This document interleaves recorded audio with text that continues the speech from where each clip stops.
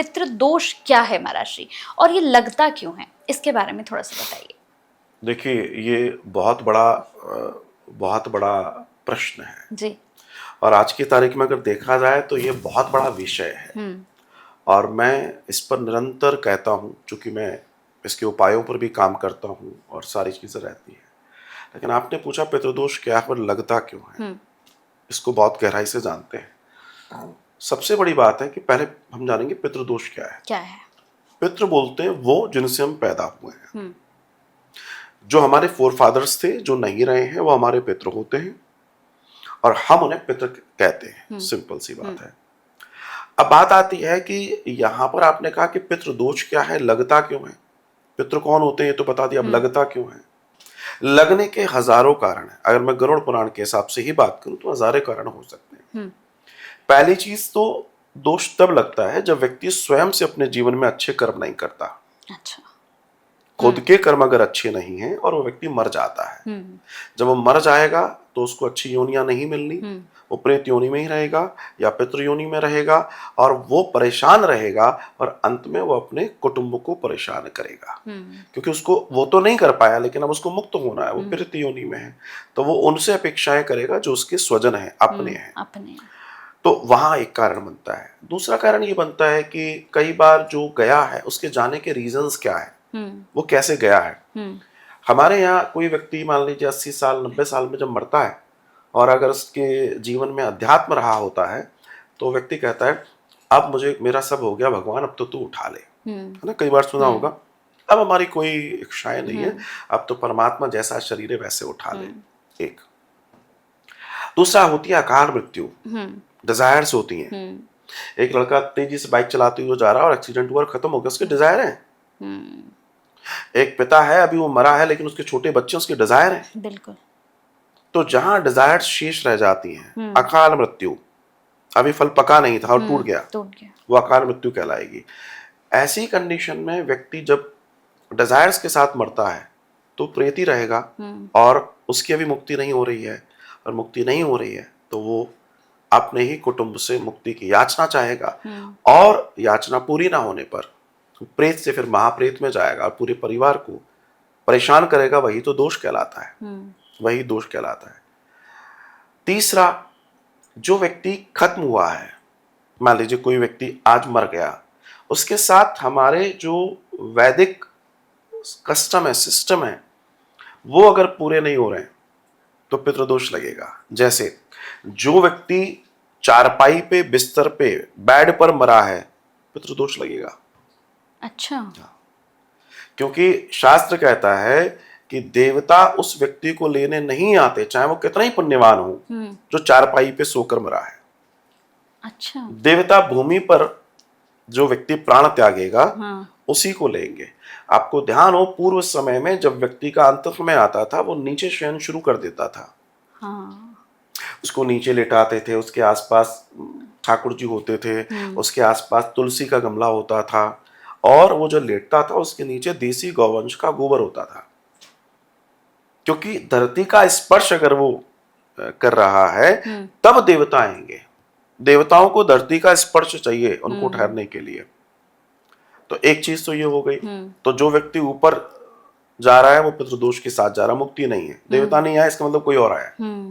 दूसरी बात, अब जो व्यक्ति चला जाता है उस व्यक्ति के साथ क्या न्याय होना चाहिए। पिंड बनते हैं, जब उसको घर के अंदर जब बांधा जाता है, अर्थी पे बांधा जाता है, तो उसको आटे के पिंड लगाए जाते हैं, उसके दाएं बाएं दोनों तरफ लगाए जाते हैं। पिंड लगाए जाते हैं, पिंड इसलिए लगाए जाते हैं क्योंकि वो जो पिंड है उसके अंदर आत्मा आकर्षित होती है, प्रेत आकर्षित होता है, साथ में चलता है, देखता है सारी चीजों को। मार्ग में जा रहे हैं तो आगे पूरी व्यवस्था चलती है, फिर जब शमशान पहुंचते हैं उसके पहले एक स्थान होता है जहाँ पिंड को चेंज किया जाता है। अच्छा। वो जो पिंडा होते हैं पुराने हटाए जाते हैं और नए लगाए जाते हैं। फिर अर्थी तक जाता है, अर्थी जब पहुंचेगा वहां पर, जब उसको लिटाया जाएगा वहां फिर वो पिंड हटाए जाते हैं, फिर नए पिंड लगाए जाते हैं। और ये पूरी व्यवस्था असल में निवृत्ति के लिए है कि वो मुक्त हो जाए, क्योंकि किसी भी रूप में प्रेत उसको खा चुका है, मतलब हमको दिख रहा है वो आटे का पिंड है लेकिन उसकी सुगंध से प्रेत भोजन कर रहा है। अच्छा। प्रेत देवता आदि इत्यादि सुगंध से भोजन करते हैं, ठीक है। तो वो इसलिए बार बार बदले जा रहे हैं कि उसने भोजन कर लिया, वो आगे चले और वहां तक जाए, अर्थी तक, और सारा मामला ठीक हो। अब एक चीज यहां पर है, आजकल तो यह है कि वहन आ जाती है, दे डोंट नो कि व्हाट इज पिंड, उनको नहीं मालूम। वो तो कह रहे हैं हम बहुत पढ़े लिखे हैं, तो हम जो करेंगे वो बढ़िया करेंगे। तो वहां से एक नया पितृदोष शुरू होता है। अच्छा। वही बड़ी व्यवस्थाएं शुरू होती हैं। जब हमारे यहाँ अर्थी मान लीजिए कोई नहीं रहा और अगर रात्रि हो गई है तो उसको नहीं ले जाते जलाने के लिए। तो रात भर आपने देखा होगा उसके अंगूठे बांध देते हैं, उसके पास दीपक रखते हैं, उसके पास कोई ना कोई रहना जरूरी है, ताकि अन्य प्रेत जो आसपास घूम रहे हैं वो उसमें प्रवेश करने की कोशिश न करें मुक्ति के लिए, उनके ना कर पाए, बोला ये परिवार ठीक कराए, इसके साथ हमारा भी मामला ठीक हो जाएगा। हाँ। ये रीजंस हैं, हर चीज के पीछे पूरा विज्ञान। फिर आता है उसके बाद दूसरा दर्शन, जैसे जब जलाया जाता है तो उसकी कपाल क्रिया होती है, उसके सर में थोड़ी देर बाद जल जाता है तो घी डाल के उसको फोड़ा जाता है, क्योंकि प्राणवायु यहाँ रुक सकती है, अगर वहां रुक जाएगी तो दिक्कत होगी। जब भी मुर्दा व्यक्ति को लिटाया जाएगा अर्थी पे, तो उसका सर दक्षिण में होता है, पैर उत्तर में होते हैं। उत्तरी ध्रुव और दक्षिणी ध्रुव ये दोनों ऐसे खींच रहे हैं आपस में। दक्षिणी ध्रुव की तरफ इसलिए क्योंकि उधर ही लोक हैं सारे, तो दक्षिणी ध्रुव प्राण को खींचने के लिए, इसलिए दक्षिण की तरफ सर होता है। तो वहां पर उसको मुक्ति, एक सिस्टम है कि ऐसे मुक्त होगा।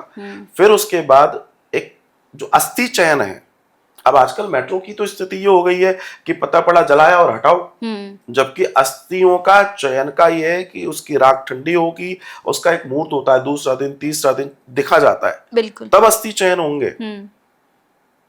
अभी मुझे कोई बता रहा था कि साहब हमारे यहाँ तो ये बस हटाया और जलाया और हटाया, बोला दूसरा आएगा, तो शमशान कम हो गए। यहाँ एक रीजन ये भी है। अब इसके बाद फिर आती है प्रक्रिया कर्मकांड की। अगर वो कर्मकांड जैसा वैदिक रीति में बताया गया है वैसा नहीं हुआ, आजकल बड़ा मॉडर्नाइजेशन हो गया है, तीसरा और चौथा हो रहा है, वो लोग अपनी सुविधा से कर रहे हैं।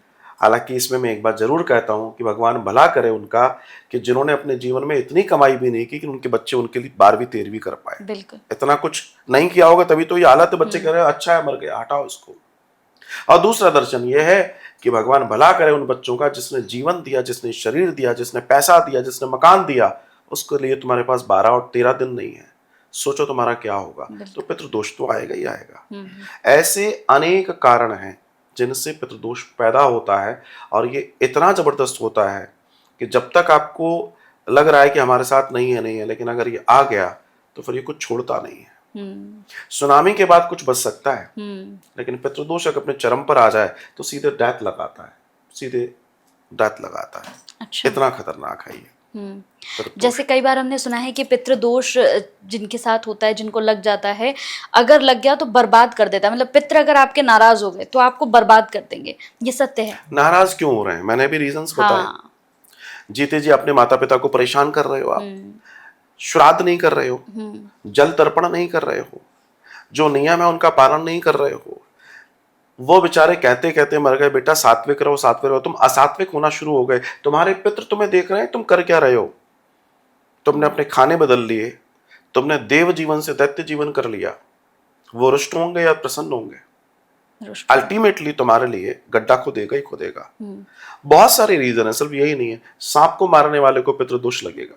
आपको ध्यान होगा हमारे यहाँ कहा जाता है सांप नहीं मारना। हाँ। क्यों? क्योंकि सांप पितरों के रूप में होते हैं।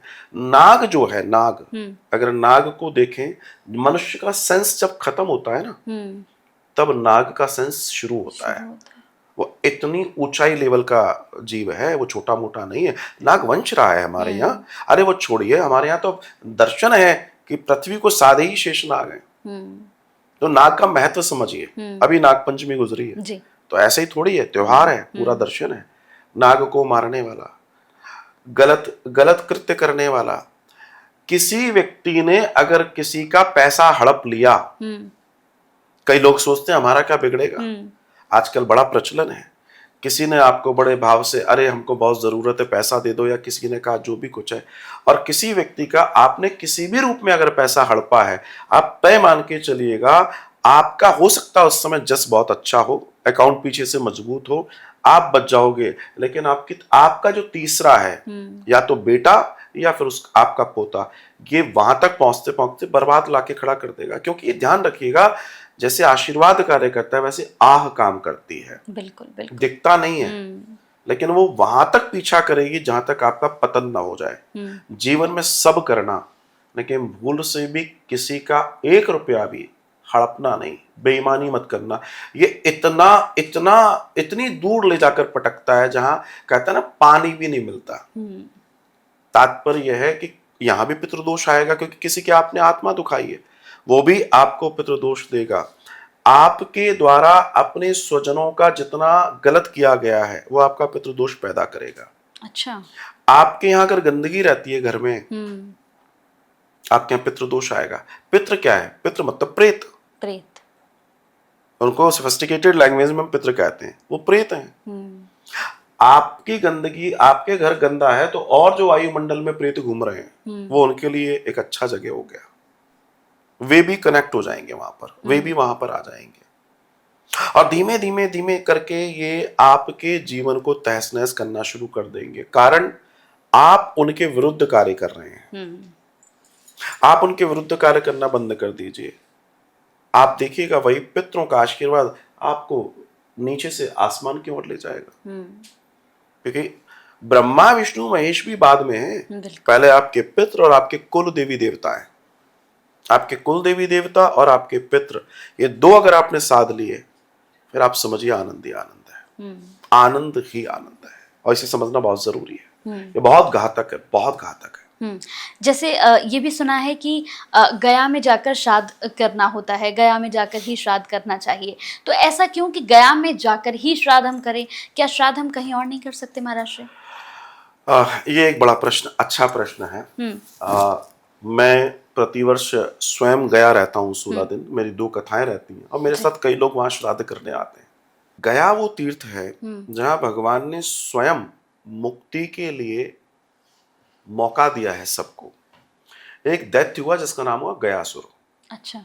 इसने बहुत बड़ा तप किया, और इतना महान तप था इसका कि ब्रह्मा से इसने आशीर्वाद ले लिया कि जो मुझे स्पर्श करेगा वो पाप मुक्त हो जाएगा।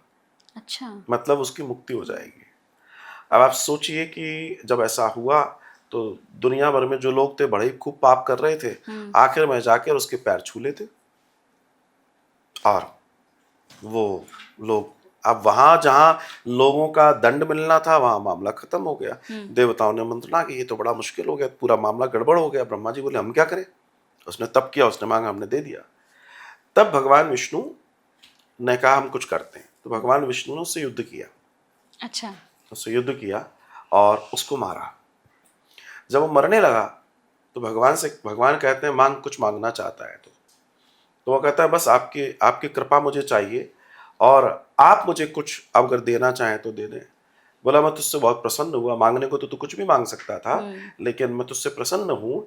इस गया क्षेत्र में, जिस जगह हम गया है, दरअसल वो गयासुर का ही क्षेत्र है। अच्छा। उसका शरीर विस्फोट करके भगवान ने गिराया है।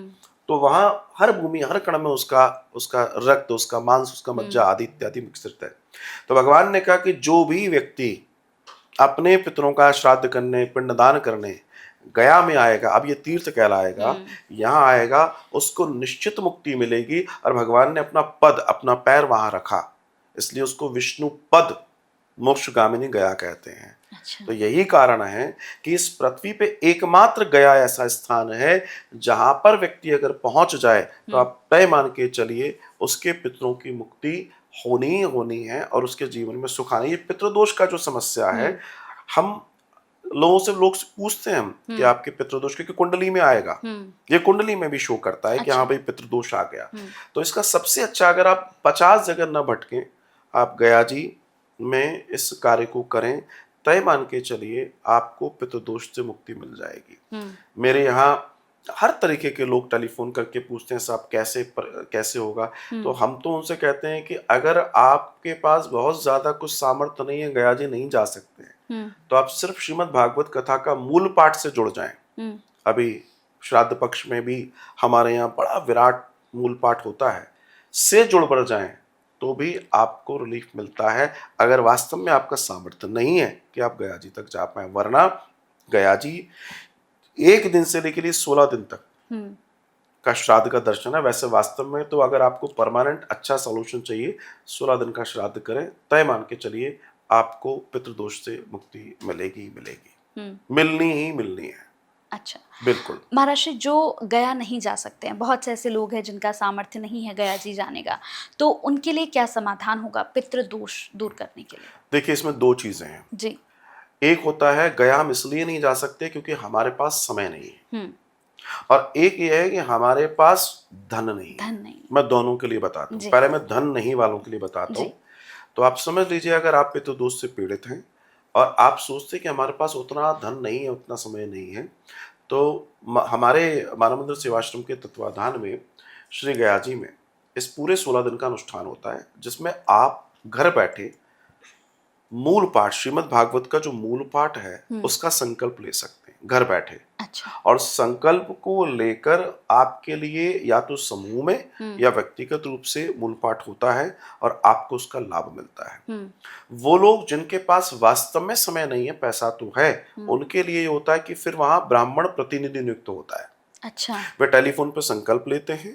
ब्राह्मण प्रतिनिधि नियुक्त होगा। नियुक्त होकर वो उनका गोत्र और सबसे वो लेगा संकल्प, 16 दिन पूरा उनके लिए श्राद्ध करेगा और उसका फल पूरा उनको प्राप्त होगा। और अच्छा। होता है। अच्छा। होता है। अच्छा। क्योंकि कोई भी आपके नाम से, आपके गोत्र से पूजा करेगा, वो लगनी आपको है और किसी को तो लगनी नहीं है। चिट्ठी भले ही किसी ने लिखी हो, जी, लेकिन अगर एड्रेस आपका डला है, पहुंचेगी तो आप ही के। आप ही तक।